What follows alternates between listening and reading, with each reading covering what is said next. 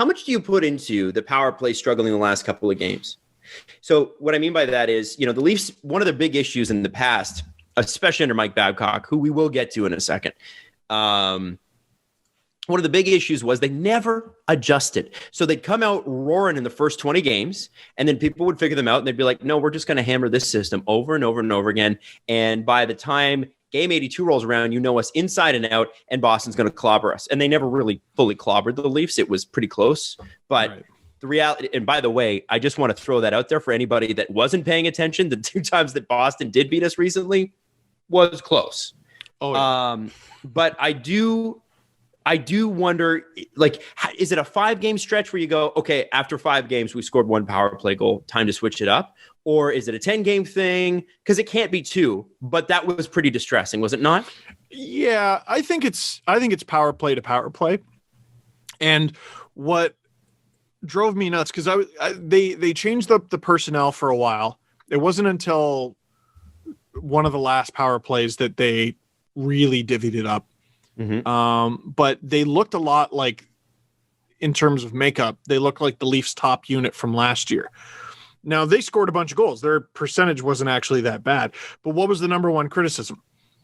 People talk about the stupid drop pass. Well, why did people hate the stupid drop pass? Because they never gained entry. Because they couldn't gain entry. And that was the Leafs' problem against Calgary. You can't say, they just weren't bearing their chances. They didn't get any because they couldn't get in the zone. Right. What the Leafs have done such a good job in the power play this year is when the puck is in, it's going in your net.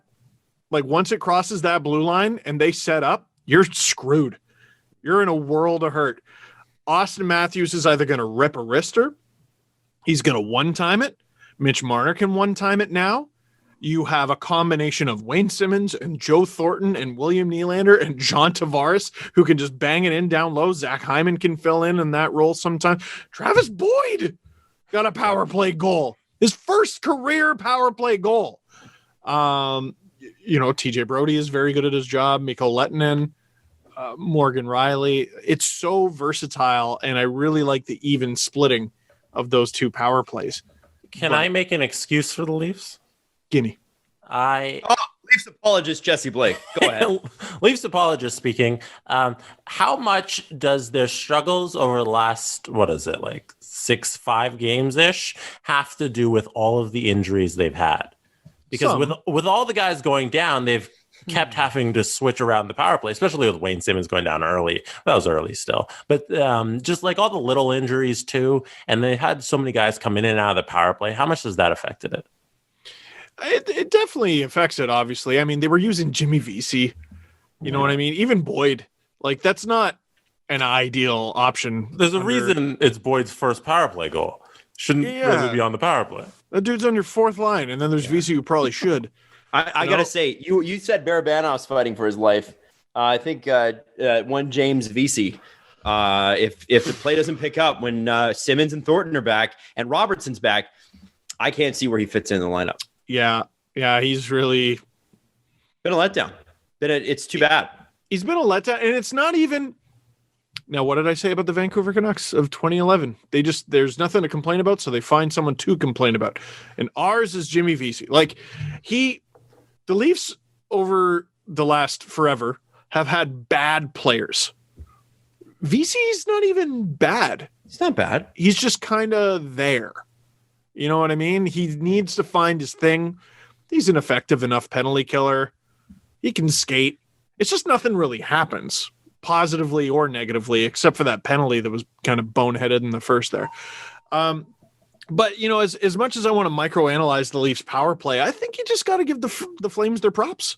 They did a really, really, really good job of holding the Leafs at their own blue line and frustrating the hell out of them. That's it. Now, with that, we'll leave kind of last night's game. When is the next game? Do you guys know? I'm not even paying attention. I think it's Saturday, and I have no idea who it's against. I don't even look anymore. Like, this season's gone so fast, man. It's bizarre. I was saying that the other day to somebody. They're like, there's a Leaf game tonight. I'm like, there is? Like, and it's not because I wouldn't have caught it eventually, but I was just like, Oilers. So it's what's that? Oilers. Oh, that'll be a big matchup. Oilers are 7-1 since I called them mediocre, as I keep hearing from Oiler fans in my messages. Don't worry, you guys will fall back to earth too. It's okay. Wow. The Leafs this is a big little stretch. Wow. God, I'm so Canadian. This is a big stretch here. They got 3 straight in Edmonton. They got a back-to-back with travel for the first time this season, I think, where after the third game against Edmonton, they play Vancouver for 2, and it's not. The next Leaf home game is March 9th. That's a long time. That is a long time, where they finally play the Jets again. They got 3 straight against them. That will not be a fun series, by the way.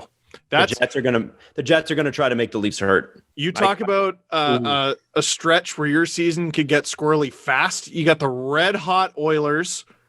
Your confidence gets shot, and all of a sudden you lose 1 or 2 to the Canucks. And then you got the Jets, who are a top 3 team in this division. And you got to play Connor Hellebuck. It's crazy. Yeah, hey, but we're going to find out what the Leafs are made of. Yep. Now, I ran this by Dom Lucian, and I think this is an important thing. There's been a lot of talk about this being the weakest division. And Jesse brought it up, and there have been other people who I've talked to over text like, yeah, like Leafs are good, but like I don't really believe it. And these are Leaf fans, because Leaf fans are the most like we have no faith in this team ever. And so I said to Dom, like, listen, you're smart. I'm not. Tell me if there's any statistical reason why the North Division is or is not better than the rest of the league. Is it any different at all? And here's what Dom said to me. He said, people think bad defense equals a bad team. No one is saying the North is the best offensive division in hockey. He said, it's hard to say with any real certainty which division is the best, but he suggested that maybe you may not have those defensively smothering teams like Dallas, but you do have some of the best offensive power in the entire league in this division. And you're seeing that with Marner, Matthews, McDavid, Draisaitl being at the top 4 of NHL scoring right now. And so it's just a division with different strengths. Obviously there's going to be some sort of mathematical equation that comes up that shows one way or the other. And I guess we'll find out in the playoffs, but don't count the North Division out quite yet. I don't think they're as bad as you think they are. The Jets certainly don't feel that way. The Oilers certainly don't feel that way. The Leafs and the Canadians don't feel that way. They're performing well. And you got to remember, you've got the league's leading scorer, Hart Trophy, Vezina winner, all in this division. And all of these teams have made the playoffs. All of these teams have made the playoffs in the last 3 years. Well, and you know what's interesting is because you can prepare for the playoffs all you want, but ultimately you got to play your division the most, even when it's not 10 times in a season like this year. The Atlantic was speedy, and I'm talking about last year's Atlantic, speedy and annoying. Yep. There's lots of nuisances in the Atlantic, lots of speed, lots of skill. The Metro was very intense, I would say, if that makes sense. Then the Central got a little heavier the further you go west, and then the Pacific Division is just heavy.